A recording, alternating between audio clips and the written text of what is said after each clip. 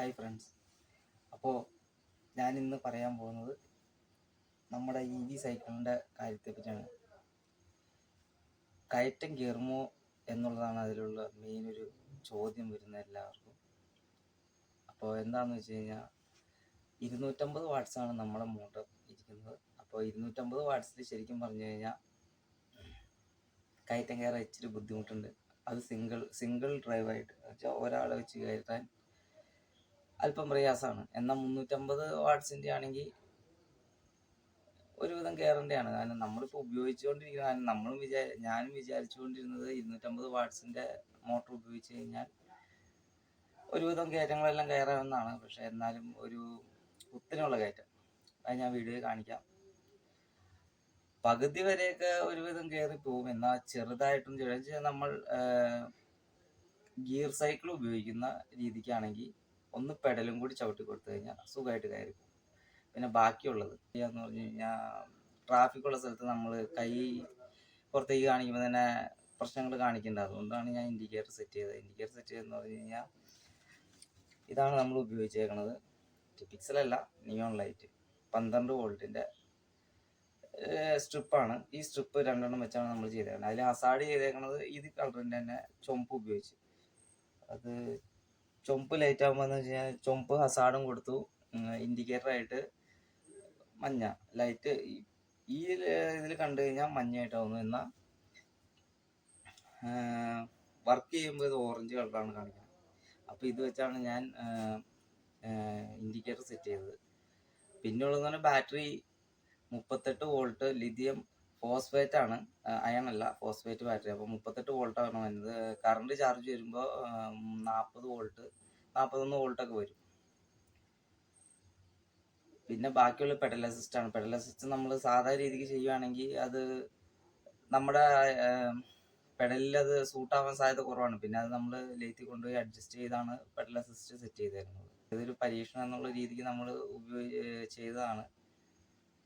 അത്രയ്ക്കാണ് ഇതിൽ പറയാനുള്ളത്.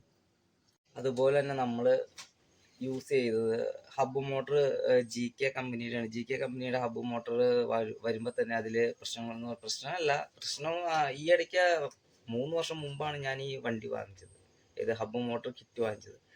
അതിലെന്ന് വെച്ച് കഴിഞ്ഞാൽ പെഡല്, ബ്രേക്ക് പെഡൽ എന്ന് പറഞ്ഞ സാധനം പ്ലാസ്റ്റിക് ആയിരുന്നു. പ്ലാസ്റ്റിക്കിൻ്റെ ഇതും ലിവർ മാത്രം അലുമിനിയം കവറേജ് ആയിരുന്നു. അപ്പോൾ അത് എന്താണെന്ന് വെച്ച് കഴിഞ്ഞാൽ സംഭവം ബ്രേക്ക് പിടിക്കുമ്പോൾ അത് പൊട്ടിപ്പോകാൻ ചാൻസ് ഉണ്ട്. അപ്പോൾ ഞാൻ വാങ്ങിച്ചത് ബംഗാളിൽ നിന്ന് ബ്രേക്ക് ലിവർ വാങ്ങിച്ചു. ലിവർ പ്രശ്നമൊന്നും ഉണ്ടായില്ല, കാര്യങ്ങൾ ഓക്കെ ആയി. അതേക്കൂട്ട് തന്നെ സൈക്കിള് ചെയ്യാൻ വെച്ച് കഴിഞ്ഞാൽ റിമ്മ് കോർക്കാൻ ഇവിടെയുള്ള ആൾക്കാർ വലിയ പ്രശ്നമായിരുന്നു എന്നാണ് പറഞ്ഞത്. എന്നാലും അത് ചെയ്തു തന്നു.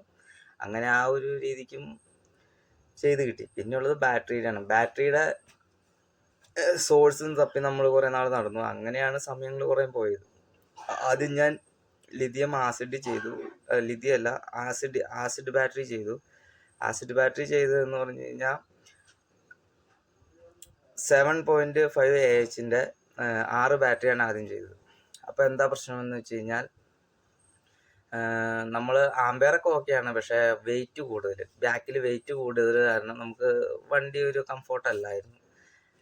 അപ്പോൾ അതിൻ്റെ പ്രശ്നം കൊണ്ട് അങ്ങനെ 2 വർഷം പോയി. പിന്നെ ഈ വർഷമായപ്പോഴത്തേക്കും ഞാൻ പോയി സെറ്റ് ചെയ്തതാണ് ഇപ്പോൾ ലിഥിയം ഫോസ്ഫേറ്റ് ബാറ്ററി ആകുമ്പോൾ വെയിറ്റും കുറവുണ്ട്, നമ്മൾ യൂസ് ചെയ്യാനും പ്രശ്നങ്ങളൊന്നുമില്ല. അതുകൊണ്ട് ആർക്കെങ്കിലും താല്പര്യം ഉണ്ടെങ്കിൽ നമ്മളെ കോൺടാക്റ്റ് ചെയ്യാം.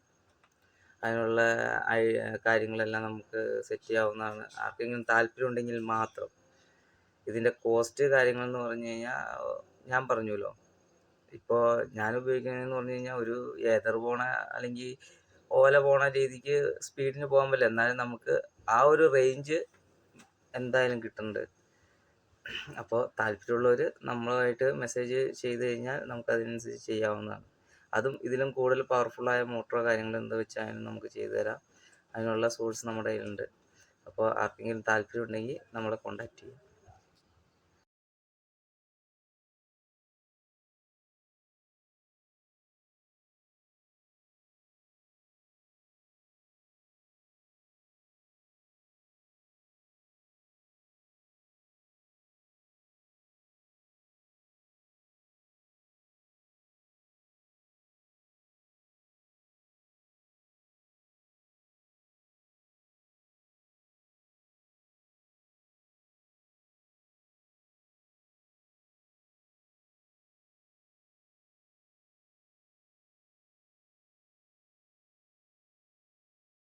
അപ്പോൾ നമ്മുടെ വീഡിയോ ഇനിയും വരും.